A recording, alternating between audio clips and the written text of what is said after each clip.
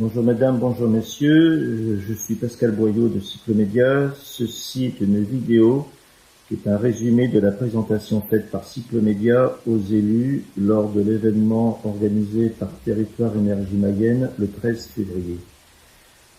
Donc je vais résumer un petit peu la présentation que j'avais faite afin de vous permettre de la revisionner si nécessaire. Donc tout d'abord, Cyclomédia, nous sommes une société hollandaise créée il y a une trentaine d'années. Nous avons 50 voitures de ce type. Ces voitures nous permettent de créer des vues immersives.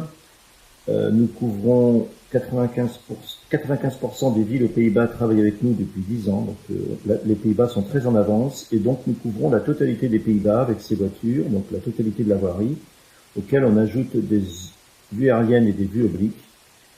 Nos données sont très précises, on est à 10 voire à 5 cm au sol avec l'ajout de points de contrôle ou recalage. Comme le PCRS demande une précision de 10 cm, on est donc compatible PCRS. Les données sont rapidement utilisables dès qu'on a la commande, environ 6 semaines, aux aléas météo près. Nos données sont hébergées sur des serveurs Microsoft Azure. En Europe, elles sont floutées, compatibles CNIL, et ceci vous permet d'utiliser nos données sur un PC ou plusieurs milliers de PC sans changer quoi que ce soit à votre informatique, puisqu'elles sont utilisables comme on appelle un software as a service, un petit peu comme Street View de Google.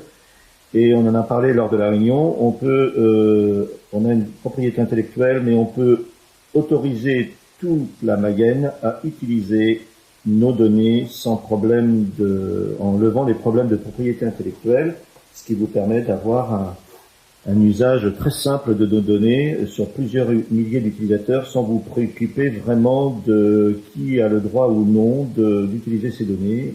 On le définit clairement par contrat dès le début. Voilà. Donc une vue immersive, ce sont des images prises à partir de voitures, images prises tous les 5 mètres ou 2 mètres et demi. Elles sont visualisées par des cercles, on appelle ça des cycloramas, et quand on a des vues larges, on roule dans les deux sens. Les images sont visualisées sous forme d'un panoramique. Le panoramique, il est transformé dans une image réellement utilisable qui s'appelle une vue corrigée, ce qui vous permet d'avoir une image exactement comme si vous étiez devant l'immeuble. À un niveau d'approximation près, ça ressemble en termes d'interface utilisateur à Street View de Google, que vous connaissez probablement tous, sauf que l'énorme différence, c'est qu'on peut mesurer sur l'image en la cliquant. Donc l'interface utilisateur est ici représentée. À gauche, vous avez toujours une vue de dessus qui peut être une orthophoto ou les données de la ville ou des données TomTom, IR ou autres. Et vous avez à droite plusieurs images immersives sur lesquelles vous pouvez donc les zoomer un peu comme dans Street View, mais vous pouvez les cliquer. Ici, on a 2 points, on a mesuré le chien assis et vous avez en bas à gauche une petite fenêtre qui indique les coordonnées de ces 2 points et la précision, et un petit rond vert qui vous dit que la mesure a été correcte. Donc c'est très simple d'emploi. Et donc la grosse différence par rapport à la concurrence, c'est qu'on peut mesurer sur l'image aussi simplement que vous pouvez la voir. Donc c'est très ergonomique. En général, il faut un quart d'heure pour savoir utiliser notre produit. Donc on a des voitures qui créent ces images. Retenez bien que la voiture, elle a une caméra au-dessus et la caméra est à peu près à 2,10 m du sol. Ça prend des images de très haute définition, 100 mégapixels, on est quasiment au maximum de ce que l'on peut faire. Tous les 5 mètres ou 2 mètres et demi en fonction des options. On a un lidar, donc c'est un radar laser que vous voyez en bas à gauche, qui rajoute des points à tout ça, pour différentes raisons que je vais expliquer plus tard. La précision donc au sol est de 10 cm, on peut s'approcher de 5 parce qu'on a une centrale inertielle. Et le pixel, c'est-à-dire la résolution, est de 4 mm à 10 mètres de la voiture. Ce chiffre est important, c'est-à-dire que quand vous regardez un objet qui est à 10 mètres de la voiture, le plus petit point que l'on peut voir fait 4 mm. Et quand on est sur la voirie ou sur le trottoir, on est à moins de 10 mètres, on est probablement à 5 mètres, on a une résolution de 2 mm.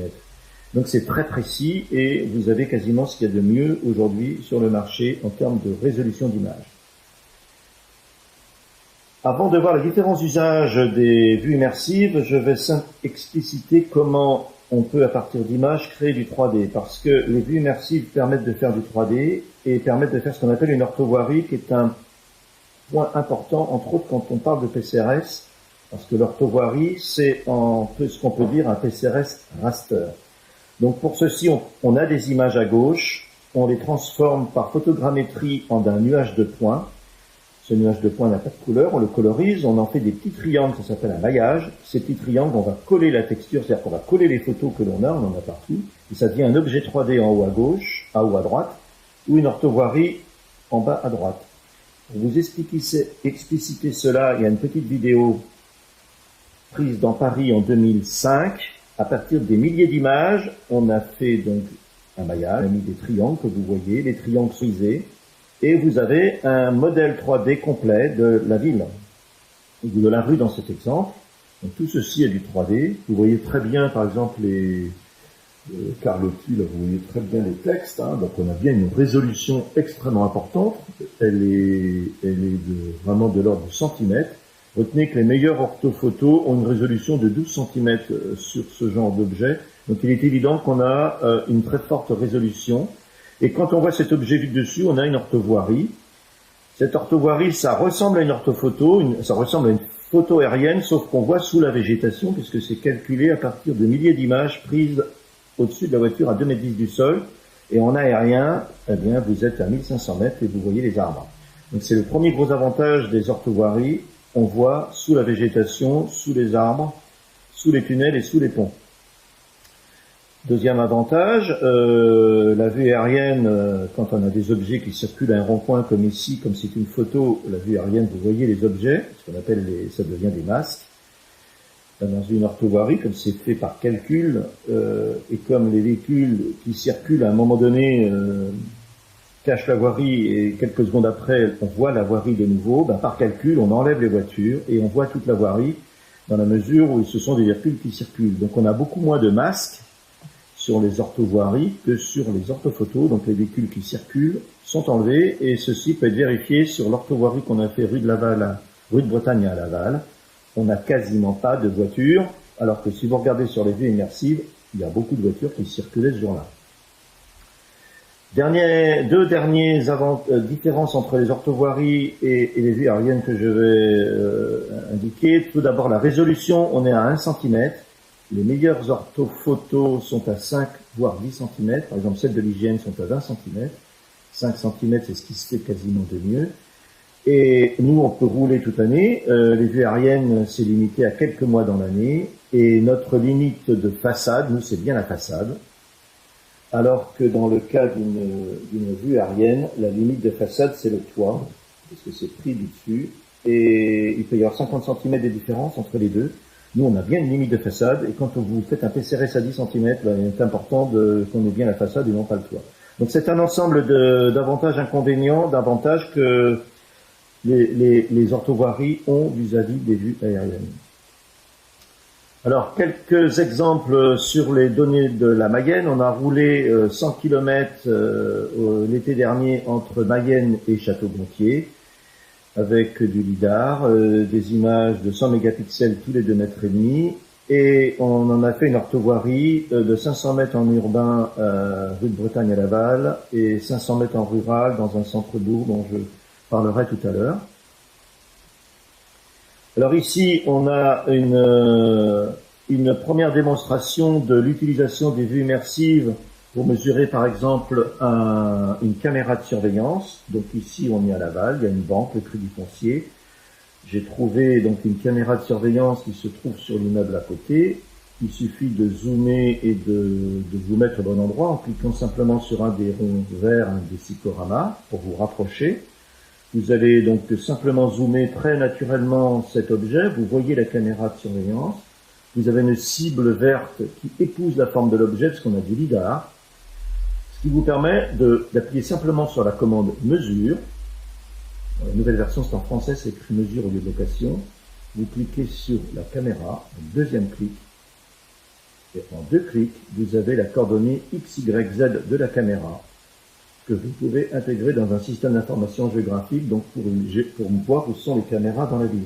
Donc vous voyez, en 2 clics, on a mesuré la position de cette caméra. Je vous conseille, si vous voulez visualiser des produits de la concurrence, de voir combien de clics il leur faut pour mesurer, par exemple, une caméra.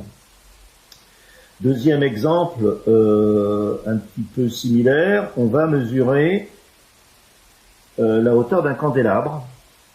Donc ici, il suffit de se mettre au bon endroit. On a un géocodeur à gauche, vous voyez les rues. On est en face du 265 bis de cette rue. On va faire un zoom sur le candélabre. On voit quasiment le type d'ampoule, presque. Je pense qu'un spécialiste le verrait. Vous faites mesure, et là, on va faire une distance. Et on va simplement mesurer un point sur le haut du candélabre, sur l'ampoule. Comme on a du lidar, vous ne cliquez qu'une fois. L'avantage d'avoir du lidar, c'est que vous ne cliquez qu'une fois. Sachez qu'on ne peut pas mesurer sur une image. Sinon, il y a longtemps que tout le monde mesurait sur Street View de Google. C'est impossible. On le fait, nous, parce qu'on a une technologie qui nous permet, on collecte des données en plus, et on a des logiciels qui nous permettent de cliquer une fois. Donc ici, ce candélabre fait 8,83 m de haut, avec une erreur probable de maximum, un intervalle de confiance de 6 cm. Donc voilà. Troisième exemple, on va mesurer tout d'abord un affleurant, le diamètre de cet affleurant. Donc il suffit de cliquer sur mesure d'une distance. On va prendre deux points diamétralement opposés. Voilà. Donc vous avez un affleurant qui fait 65 cm. On va maintenant mesurer, par exemple, un deuxième candélabre. Donc vous voyez bien la cible, à chaque fois épouse la forme de l'objet, puisqu'on a du lidar. Je vous montrerai tout à l'heure le lidar en lui-même, pour que vous compreniez mieux. Mesure d'une distance, donc c'est similaire à ce qu'on a fait tout à l'heure. Vous mesurez le candélabre, vous allez mesurer en bas. Donc vous avez une hauteur verticale de 8,36 m avec une erreur probable de 3 cm, un intervalle de confiance. Et le château d'eau, un peu pour le fun, comme on dit en anglais, pour voir si c'est vraiment possible. Eh bien, vous mesurez la distance, vous allez zoomer de point le plus haut en essayant de ne pas cliquer sur la rambarde de sécurité. Et vous cliquez par exemple par rapport à ce point, mesure de la distance verticale, il fait 27 mètres 1 avec une erreur potentielle de 4 cm. Donc vous voyez, vous êtes capable de faire des mesures précises, rapidement, et quasiment sans aucune formation, parce qu'il faut cliquer du doigt ou du stylet l'objet. Ici on voit la voirie, l'état de la voirie, sachez qu'on en parlera tout à l'heure, les vues immersives permettent donc de voir la voirie, et d'avoir avec des produits complémentaires, une estimation de l'état de dégradation de la voirie et surtout comment la mettre à jour, la maintenir. Dernier exemple, on va mesurer par exemple un câble, pour être sûr qu'un convoi exceptionnel pourrait passer. Comme on a du lidar, je rappelle, il suffit que les petits liserés verts de la cible apparaissent. Voilà, on a des points lidar ici, on clique. Vous cliquez au sol. Et vous avez ce câble, il est à peu près 7,72 du sol. Autre mesure, on va mesurer un panneau publicitaire. Alors j'expliquerai pourquoi après. Ça peut être intéressant pour les villes de mesurer les panneaux publicitaires parce que vous pouvez collecter la taxe associée. Et pour collecter une taxe, enfin c'est un choix politique, il faut d'abord savoir où ils sont. Et donc vous pouvez vous-même en quelques secondes, ici à tout casser on va mettre une quinzaine de secondes pour mesurer la surface de ce panneau. Donc vous cliquez sur mesure d'une surface et vous allez simplement cliquer les 4 points. Donc vous avez une dimension de ce panneau ainsi que sa surface qui sont indiquées dans la petite fenêtre. Et si vous aviez, donc la surface fait 11,89 m carrés. Si vous avez un système SIG, vous pouvez directement récupérer la position de ce panneau et la surface dans le système SIG de la ville pour pouvoir collecter la taxe associée. Dernière présentation de cette première partie, j'ai dit qu'on avait du lidar. Le lidar, il sert à cliquer simplement l'objet, mais il pourrait vous servir à faire d'autres choses. Et ces autres choses, c'est la manipulation d'une scène 3D, la même, avec le fameux château d'eau. Ici, c'est dans AutoCAD. Vous avez l'orthovoirie dont on en reparlera tout à l'heure. AutoCAD est capable de la superposer.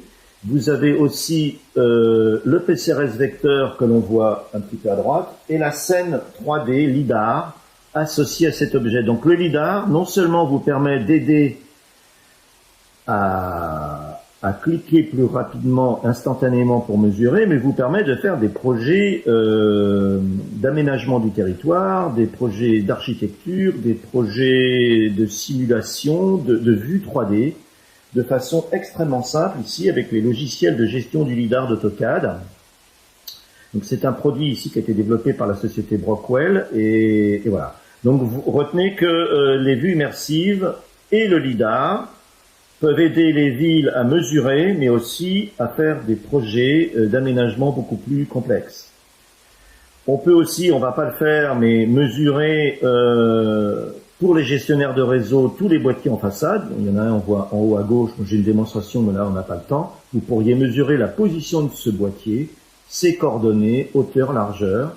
De même que ce poteau, vous pouvez mesurer sa hauteur, et simuler et vérifier si pour le nouveau plan fibre, par exemple, vous allez pouvoir passer les fibres optiques du nouveau plan fibre qui seront souvent, si possible, en aérien, vérifier que vous pouvez bien les passer sur ces poteaux pour éviter une campagne de géomètres avec jumelles binoculaires et positionnement GPS de ces poteaux qui va vous coûter beaucoup plus cher. Donc en fait, en ayant roulé, en utilisant les vues immersives une seule fois, vous avez de nombreux usages associés, indirects.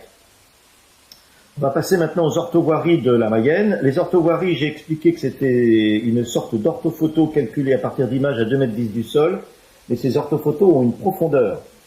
On utilise un petit peu les règles, je crois, qui viennent d'Enedis. Donc en lumière naturelle, vous avez les objets de la voirie, à moins de 30 cm par rapport à la voirie. De 30 cm à 2 m, on les met en rouge. Donc c'est des objets du style des voitures qui vont se retrouver en rond rouge. Et au-dessus de 4 mètres, on met ça en vert parce que c'est souvent de la végétation, des immeubles hauts. Donc on va voir cette notion de profondeur est sur 3 couches.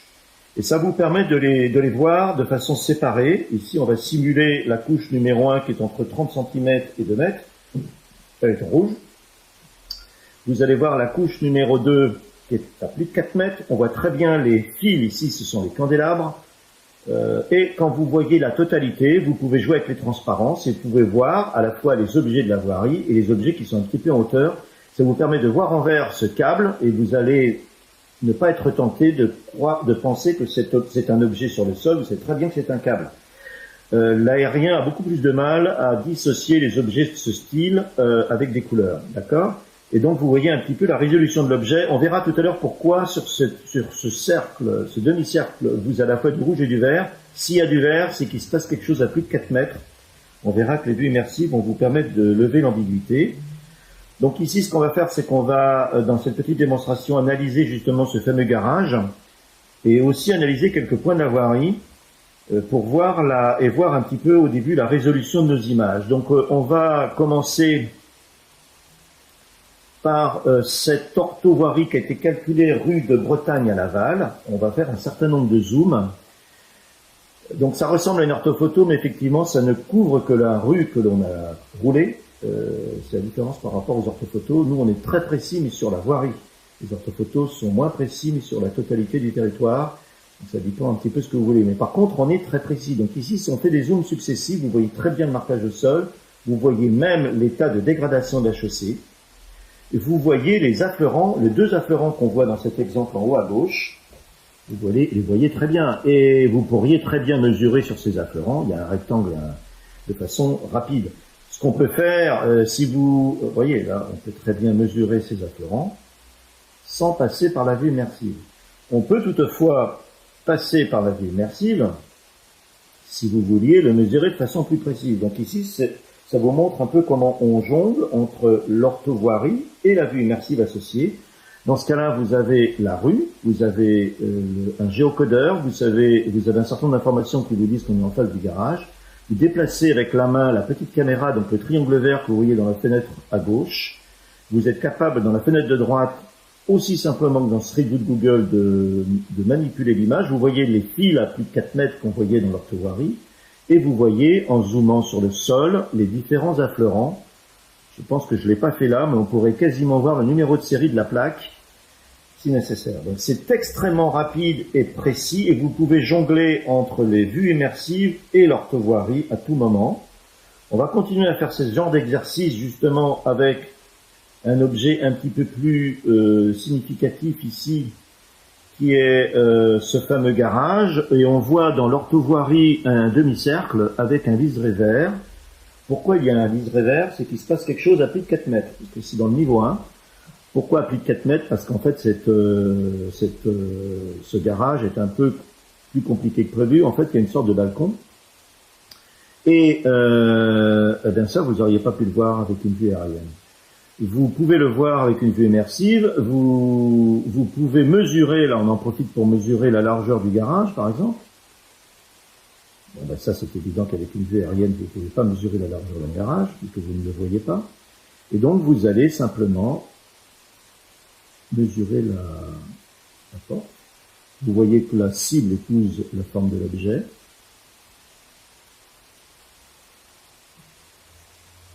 Par exemple, ici, si on mesure le point numéro 2, on va voir la précision.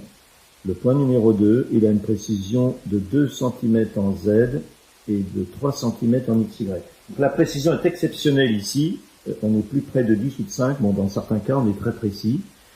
On va voir le lidar. Le lidar, il est caché derrière l'image. C'est pour ça que vous avez une cible. Voici le lidar de cet objet. Et on pourrait mesurer, vous voyez bien, il y a des objets qui sont sombres parce que l'image, quand c'est sombre, c'est une image. Mais par contre, vous pouvez quand même mesurer sur le lidar les différents points, même quand c'est complètement sombre. Donc avec le lidar qu'on vous propose, vous êtes aussi capable de mesurer des objets qui sont dans le noir complet, dans des tunnels ou dans des... voilà. Et donc c'est un des avantages de l'utilisation du lidar. On va refaire le même exercice dans un centre-bourg, maison celle du Maine, où on a fait 500 mètres de test. Ici, vous avez donc une orthovoirie de ce centre-bourg. On va voir que la précision est la même. On va faire des zooms successifs. On voit les différentes couleurs ici, où on n'a pas trop d'objets. On voit un candélabre aussi. On va zoomer, on voit un affleurant. Donc, je rappelle qu'on pourrait très bien détecter cet affleurant à partir de cette orthovoirie. Mais si vous voulez être plus précis, ici je vais accélérer, on peut donc visualiser cet affleurant dans la vue immersive. Il est caché derrière la voiture, donc on va tourner l'image avec la main sur la caméra que vous voyez en haut. Donc en tournant l'image avec la petite main, vous voyez, on change le champ de la vue. On va voir l'affleurant qui est juste derrière la voiture. Alors, on pourrait se déplacer avec un autre cyclorama, hein. Et vous pouvez, alors on l'a déjà mesuré tout à l'heure, mais vous voyez, la mesure elle reste, mais si je le remesure, on peut garder les mesures dans l'image, hein, ça vous montre, on va vous montrer comment on fait la mesure. Là, vous cliquez simplement de façon, c'est instantané, hein, vous cliquez, un petit point vert, un petit point bleu qui apparaît, ça veut dire que la mesure était correcte. Vous cliquez le deuxième point, voilà, vous avez la mesure de 67, tout à l'heure il y avait 66, mais il y a une erreur relative de probablement 2 cm, donc voilà, donc c'est l'espace de confiance. Donc voilà comment on mesure un objet. On va revenir sur la vue de dessus, l'orthovoirie, et on voit un affleurant là, on ne sait pas trop ce que c'est, qui est sur un revêtement, on ne sait pas trop non plus, donc on va faire le même exercice. Et on s'aperçoit très bien que c'est un affleurant. Alors, moi, je suis pas spécialiste, je sais pas ce que c'est, mais c'est un affleurant qui est en plus sur du gravier, donc je sais pas si c'est tout à fait réglementaire. Mais vous pouvez très bien mesurer ce type d'objet et lever l'ambiguïté avec la vue immersive. On va faire un troisième, on va remonter un petit peu sur la vue immersive sur un troisième exemple, et on voit un objet bizarre sur la route. En fait, c'est la chaussée qui est en mauvais état à cet endroit-là, et vous voyez. Donc, on peut très bien voir les nids de poules et les défauts sur la chaussée. Ici, c'est visuel, mais vous pouvez travailler avec des sociétés spécialisées qui, de façon visuelle, des sociétés comme Vectra, vont vous faire une analyse de la chaussée. Ici, on est au milieu de nulle part, donc vraiment dans la campagne. Même si en général les orthophotos sont ce jour privilégiées en rural, vous voyez très bien qu'on voit le terre-plein central, on voit l'accotement, on voit tout l'espace public, incluant cette petite maison en habitat dispersé, et vous êtes capable, par exemple, même sur cet exemple, même en rural, de détecter les boîtiers en façade, chose que vous ne pourriez pas faire sur une orthophoto. Donc je rentrerai pas dans le débat orthophoto vue immersive dans le rural, mais je pense qu'avant de prendre une décision de dire qu'il faut absolument des orthophotos en rural, peser les avantages et inconvénients des deux technologies, sachant que je confirme qu'au prix du kilomètre linéaire, les prix sont sensiblement identiques. Alors à la fin de tout ça, on fait ce qu'on appelle une orthovoirie. Ici, c'est l'orthovoirie d'une partie de rue de Bretagne à Laval. On a vu comment ça avait été fait, donc c'est à partir des milliers d'images, vous avez les affleurants. Bon là, c'est une vue un peu éloignée, on pourrait zoomer, c'est beaucoup plus précis que ça. Cette orthovoirie, c'est une représentation précise de la voirie de façon avec des pixels, on appelle ça du raster, et c'est ce qu'on appelle en gros un PCRS raster. Le législateur autorise de superposer les différents niveaux de réseau enterré sur un PCRS raster. Ceci étant, la plupart des collectivités et territoires d'énergie veulent une vectorisation. Ici, vous avez le principe de passage d'un raster au vecteur, et bizarrement, pour faire ça, aujourd'hui, c'est fait à la main, parce qu'on ne sait pas détecter automatiquement ce vecteur. C'est fait à la main, donc comme c'est fait à la main, ça coûte très cher. L'ordre de grandeur, pour vous donner un ordre de grandeur qui ne m'engage pas, mais c'est un ordre que je connais, c'est entre 200 et 300 euros du kilomètre. Et c'est au moins 2-3 fois le prix de la collecte, de la vue immersive que vous avez vu avant. Donc c'est pour ça que, mais alors, le VCRS Vecteur a des avantages, c'est que ça vous permet c'est plus simple à voir, c'est plus simple à gérer, et ça vous permet d'avoir un début de plan de ville, ce qu'on appelle une base de données urbaine. Donc voilà, donc ce PCRS Vecteur a été fait par la société FutureMap, qui est un de nos partenaires, qui a fait un PCRS Vecteur très détaillé sur ces 500 mètres, et qu'on peut vous communiquer et que Territoire Énergie Mayenne a utilisé pour vérifier la précision de nos données. Voilà. Autre avantage et utilisation possible des orthovoiries, c'est la possibilité de mettre à jour une orthophoto. Donc la Mayenne, vous avez des orthophotos qui couvrent probablement la totalité du territoire, que vous mettez à jour, je ne sais pas quand, peut-être tous les 4 ans. Sachez que nous, Cyclomédia, on ne le fait pas en France, mais aux Pays-Bas, on est aussi opérateur d'orthophoto. Donc on va vous donner une démonstration de mise à jour d'une orthophoto des Pays-Bas, qui est une orthophoto à 10 cm. Et on va simuler un nouvel échangeur qui a été créé sur cette région. Donc ici, on a des orthophotos que vous voyez depuis 2008. On va prendre, dans cet exemple, l'image SIG, donc l'image OpenStreetMap. On va remettre l'orthophoto de 2016, la dernière que l'on avait dans cet exemple. Et on a roulé un échangeur de quelques centaines de mètres qui se trouve dans cet environnement. Et pour le visualiser, on en a fait une orthovoirie, donc avec la technologie que je vous ai indiquée tout à l'heure. Donc c'est bien du raster.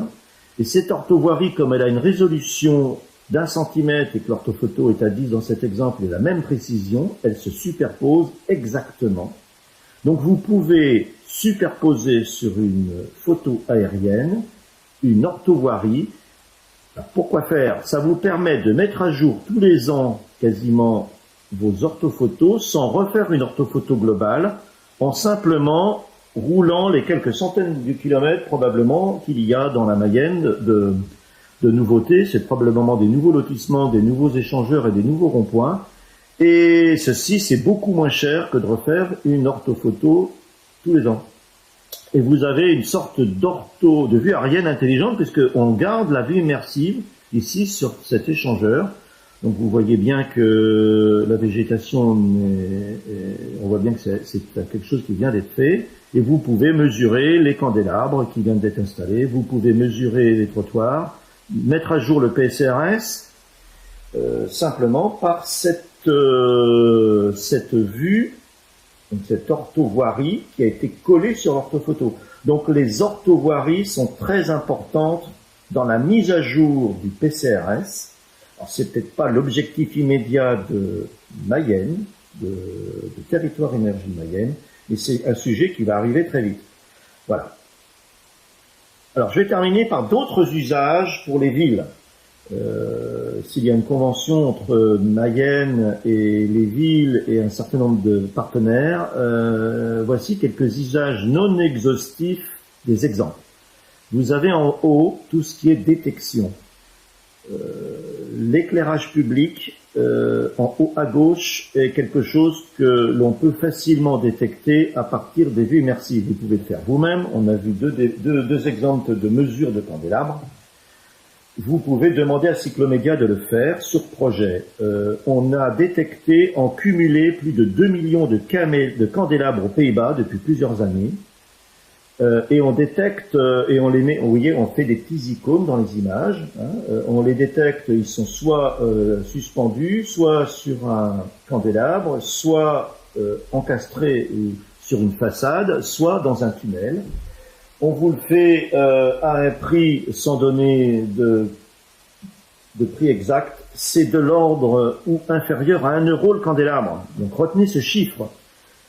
Et c'est aussi l'ordre de grandeur du prix des poteaux de signalisation des feux. Aujourd'hui, mais les prix baissent parce qu'on peut automatiser. Je pense que on pourrait détecter tout l'éclairage public ou tout en haut à droite, tous les poteaux électriques, tous les feux de signalisation de la Mayenne à des coûts beaucoup plus économiques que les méthodes traditionnelles. Et en plus, ce sont des données extrêmement précises. Dans le cas d'un poteau, je vous confirme qu'on détecte le point bas qui est l'intersection du poteau avec la voirie, on détecte le point exact où est le poteau, on détecte le type de poteau, on vous met ça dans une base de données qui est immédiatement utilisable. Et on peut le faire pour des boîtiers électriques, des bornes escapotables, des bornes de parking, et tout le mobilier urbain possible et imaginable. Donc ça, c'est la partie verticale. On peut le faire en horizontal. On a détecté plus de 20 000 km de marquage au sol aux Pays-Bas et aux États-Unis, et vous pouvez le faire vous-même aussi, mais on a une technologie qui nous permet de vous détecter tout le marquage au sol, voilà, sur commande. Donc, il faut d'abord qu'on ait, pour résumer, si vous commandez les vues immersives Cyclomédia, vous pouvez le faire après, 1 an après, 2 ans après, on peut vous détecter tout le marquage au sol, ou vous pouvez d'ailleurs demander à une autre société de le faire pour vous. Donc tout est possible. Donc les vues immersives vous apportent de nombreux usages en détection sur l'espace public. En bas, ce sont des nouveaux usages un petit peu émergents, mais qui peuvent vous donner une idée de ce qu'on peut faire. En bas à gauche, ce sont des premiers prototypes de la ville de New York qui utilisent les vues immersives Cyclomédia pour le plan handicap de la ville de New York. Ils ont 300 000 rampes d'accès pour permettre aux handicapés d'accéder à l'espace public. Les données Cyclomédia permettent à la ville de New York de déterminer ce plan handicap. Et je rappelle pour information que les villes françaises ont la même obligation avec une loi qui a été, depuis 2005, de faire un plan handicap. Deuxième exemple, on vient de le voir, la mise à jour de vue d'orthophoto avec des vues immersives. Et le dernier en bas à droite, c'est la mise à jour de la voirie. Il est évident que comme on roule les routes, il y a bien quelque chose qu'on voit bien, c'est la route sur laquelle on roule. On la voit bien avec des images, et donc avec ces images, parce que le lidar ne permet pas aujourd'hui d'avoir la précision suffisante pour détecter la voirie. Pour détecter la voirie, l'État, je crois savoir qu'il faut quasiment une résolution de millimètres.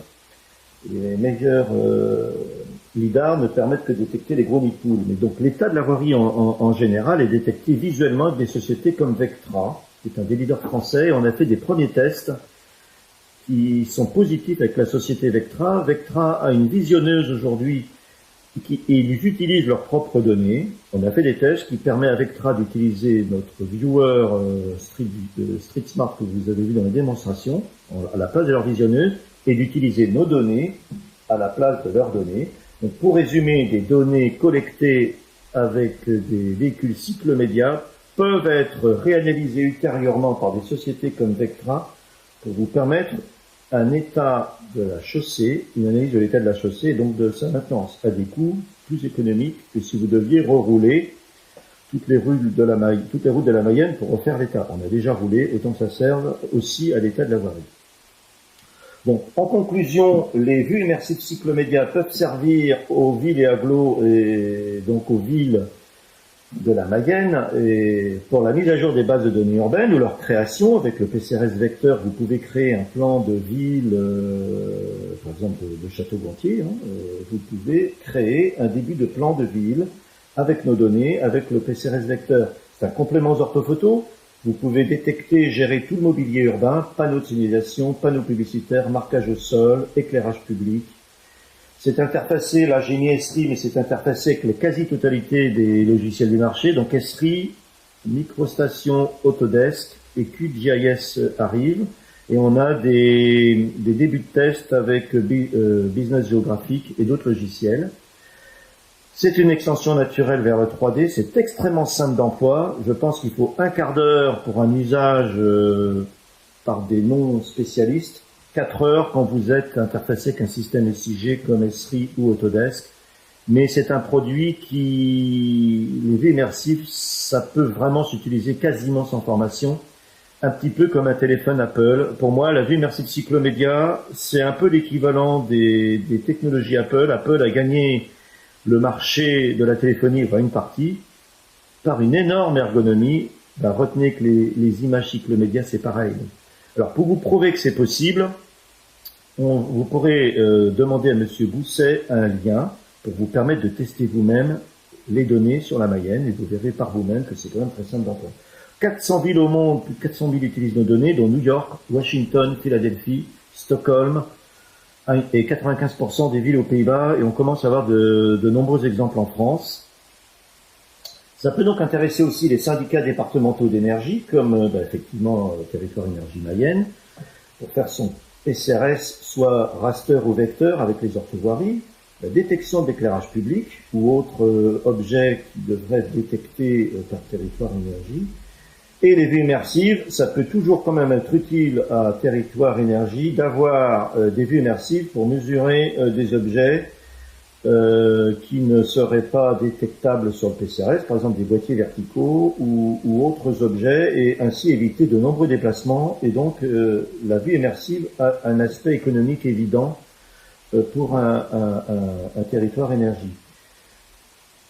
Et les gestionnaires de réseau qui font probablement partie de votre convention, les gestionnaires de réseau peuvent utiliser les vues immersives pour tout un tas de choses, ne serait-ce que pour vérifier que les affleurants ou un certain nombre d'objets qu'on l'on voit dans le PCRS, par exemple d'Enedis, eh bien, il correspond bien aux affleurants de la réalité. Donc, les vues immersives peuvent permettre aux gestionnaires de réseau de qualifier leurs données, de les améliorer, de mesurer des boîtiers en façade, et on peut aussi faire une orthovoirie pour les gestionnaires de réseau qui peuvent vérifier si le PCRS qu'ils pourraient fournir à partir du recalage de leur plan, a priori, il a la bonne qualité en faisant une analyse assez rapide par rapport à nos orthovoiries pour voir s'ils sont à jour. Donc, pour résumer, l'offre cyclomédia, nous sommes convaincus, peut intéresser la plupart des intervenants potentiels ou des acteurs d'une probable convention sur Mayenne, donc les villes, les syndicats départementaux d'énergie, mais aussi gaz, électricité, fibre optique, eau, et les opérateurs réseau, de façon simple, de façon économique et de façon très ergonomique et de façon précise. Pour aller plus loin, vous pouvez m'appeler et on peut, ou vous appelez Monsieur Gousset qui peut vous proposer un test gratuit, et comme ça vous pourrez vérifier par vous-même que les données cyclomédia sont simples d'emploi et précises. Je vous remercie. Voilà, à bientôt.